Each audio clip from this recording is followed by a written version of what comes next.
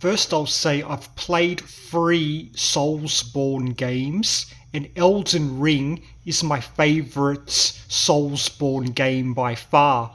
In fact, it's one of my favourite open world games ever made. I put in 170 hours into Elden Ring and platinumed it, but there's still much more for me to discover in its world. As you've probably heard, Elden Ring gives you the option to explore if you're stuck against a boss and search for better gear, plus explore other areas with higher leveled enemies that will give you much more runes, so you can level grind much more quickly. But since these enemies will be stronger, you'll need to use skill and strategy to take them out. And I love this risk versus reward system. In Elden Ring, even if you're under-leveled, you can still defeat enemies and bosses using skill and strategy, although you don't want to be under-leveled against bosses, otherwise you'll leave yourself open to a one-hit kill. As for the story, I'll give away some spoilers. It's like the other Soulsborne games in that it's very morbid and doesn't give you much hope for the fate of the world. The Elden Ring was an artifact that basically provided order, physical laws, and kept reality stable. A demigod suffering grief shattered the ring, and her demigod children took some of the pieces of it and became corrupted and are fighting for control of what's left of the world.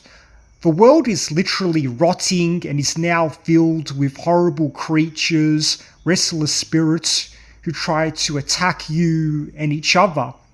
The story for Elden Ring reminds me of the movie Begotten, in which God committed suicide and the world quickly plunged into decay and humans turned into horrifying creatures.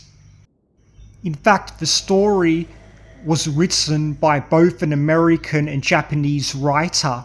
As for the open world, many places you explore will reveal pieces of the world's lore, piece by piece, to make the story feel even more tragic. There's interesting characters whom are dealing with the hopeless situation the best they can. What I love about its open world is there's so many shortcuts and hidden places to discover. 1 minute you can be in a swampy area, the next you're in a volcanic area. 1 minute you're on a snowy mountain, and the next you're traveling across giant tree branches and surrounded by forest scenery. This is without using fast travel, but by just discovering shortcuts and hidden passages around the world. The landscape has many mountains and cliffs to navigate, and navigating them is kind of like a puzzle in itself, kind of like in Zelda Breath of the Wild. There's dungeons to discover and explore, towns and even cities. There's so many hidden items, especially armor and talisman, summons, spells and weapons that could make your journey much more easy if you discover them. But of course there's risk in searching for them because enemies will be trying to kill you everywhere you go. Speaking of summons, you can summon all sorts of creatures and spirits whom have a wide range of abilities. They can be handy to divert attention of a powerful boss away from you into the summon, and allows you to get in some free hits against the boss. However, stronger bosses will kill your summons quickly unless you have your summon highly leveled, and to highly level your summons you'll need to search for ghost gloveworts, which are hidden very well around the world. I like the concept of the mimic summon, which clones your character, including your weapon on hand and armor, but if you level it up highly, it gets 3 times your health points. As for the battle system, it's pretty much like other Soulsborne games. You can't carelessly hack and slash. You need to roll or block with your shield, and that requires stamina. Or you can pick off enemies from a distance with magic, but mages tend to have less health points and weaker armor. The combat mechanics make the game fair, as if you're good enough you can beat any enemy or boss even if you're low leveled, but mistakes will punish you. Even if you're highly leveled and well equipped, when you're up against stronger bosses and enemies, they can kill you quickly. I love how you can basically create any type of character you want. I created a mage. I chose astrologer because I like taking out enemies from afar. And while it makes certain bosses easy to beat, other bosses that have high magic defense or that can move quickly means a melee character will be more beneficial against them.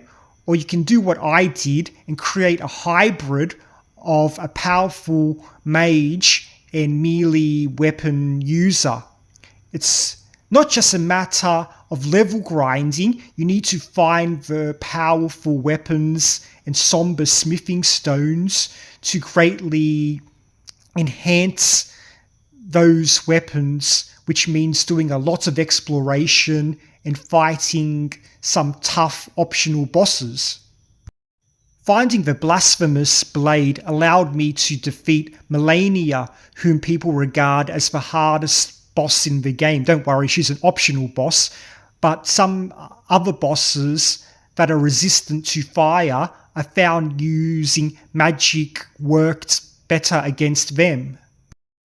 The Bloodhound Fang is a melee weapon that can be found early on in the game that inflicts bleed damage, and it helped me defeat some bosses until near the end of the game, bosses that had high magic defense. But doing lengthy side quests let me acquire the blasphemous blade and level it up, which allowed me to beat the game and the tough optional bosses. So basically, you have so many options in the way you want to build a character. There's powerful bows you can use.